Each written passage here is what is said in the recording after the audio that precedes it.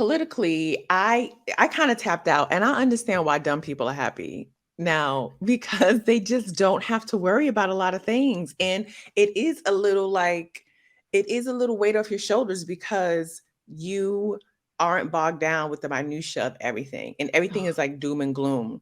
And I Yes. remember my grandmother, rest her soul. This is when I was a young kid and I grew up in the church. And I remember going there, but like, this is like the 90s. And I was like, Grandma, everything is going bad. And these are the last days. And she was like, Chloe, we've been talking about the last days since I was a little kid. And I'm 60 something now. So chill out and relax. And that has kind of been like my mantra because I think a lot of times we take on so much negative energy. How can we do this? How can we do this? And the truth of the matter is, and you know this covering these stories, people are corrupt. And so it's Mm. not even about like appealing to the masses or the heart or the soul and the morality of people because it's all about greed and money. So I am trying to be dumb and happy for 2026.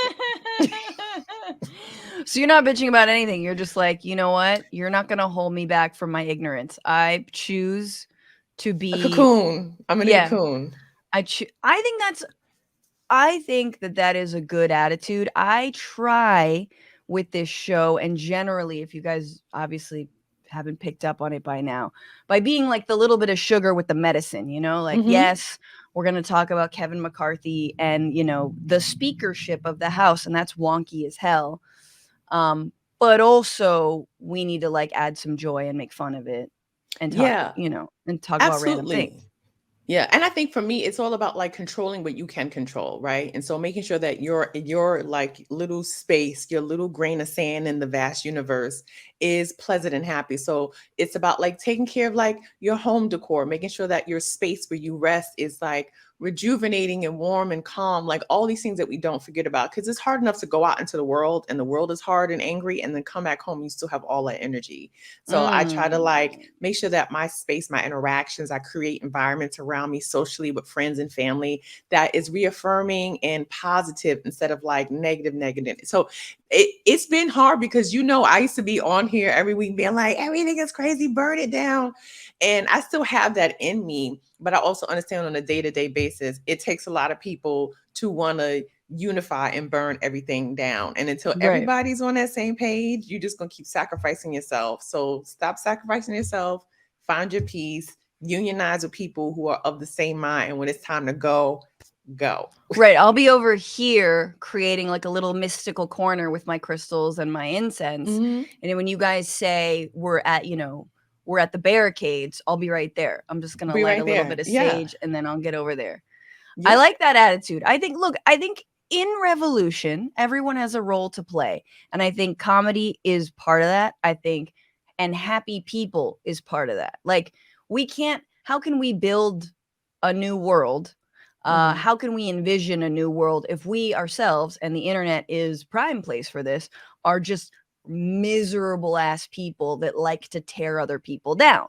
Yeah. That's kind of that is the essence of it. It's funny, and I don't want to get off this, but I saved a tweet, and guys, I gotta read it to you because it sort of speaks to what Chloe was has been saying, which is this person Audrey Saint Audrey says, the response to my tweet about being offline is the most online thing I've ever encountered. So she wrote a tweet about how her sister is offline, doesn't really do much, like is just kind of like doesn't isn't part of like the daily conversation. So Hmm. she writes, "My sister's so offline, unplugged, unbothered. She's been doing the massive New York Times end of the year crossword for 5 days. Right now, she's solving a Rubik's cube. She just asked me if Gone Girl is a romance movie. So like all these things that are I don't know if that like obviously last part's probably a joke, Yeah. but like, damn, my sister is so in her own cocoon and is able to like enjoy life effectively.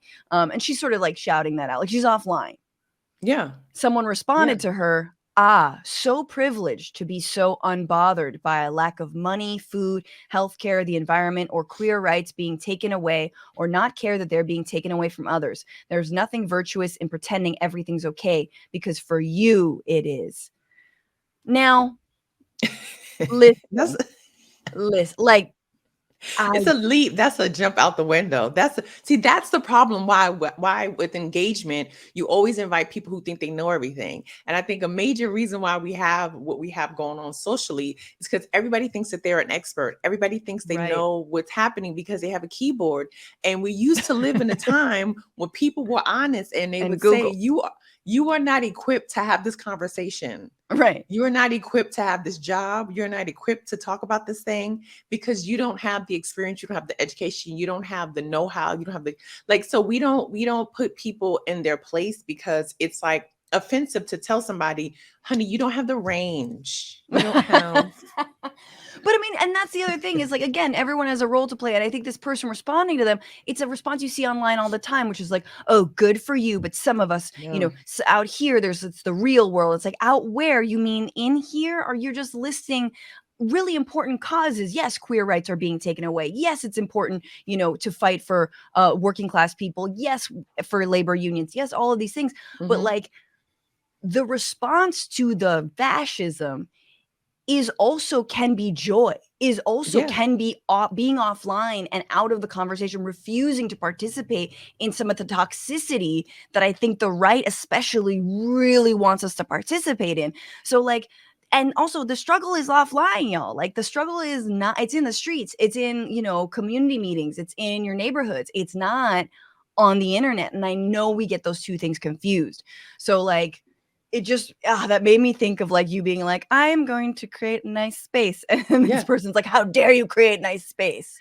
Because people invest in being miserable, and I think Right. that's a currency that we can that's something that's very relatable, is like everybody's miserable. And Yeah. so especially being a Black woman in America, I understand misery, and it's been passed down to generation through PTSD from being chattel slavery to civil rights to assassination attempts to police brutality. So you constantly have to find that joy outside of the norm because you will be too depressed to get out of bed. What's going on, Frantifa? If you haven't already, subscribe to this channel right now. Hit that button. And also, you can become a patron and support the show every single week. Get access to bonus episodes and exclusive merchandise. Patreon.com/bitchuation room. Do it.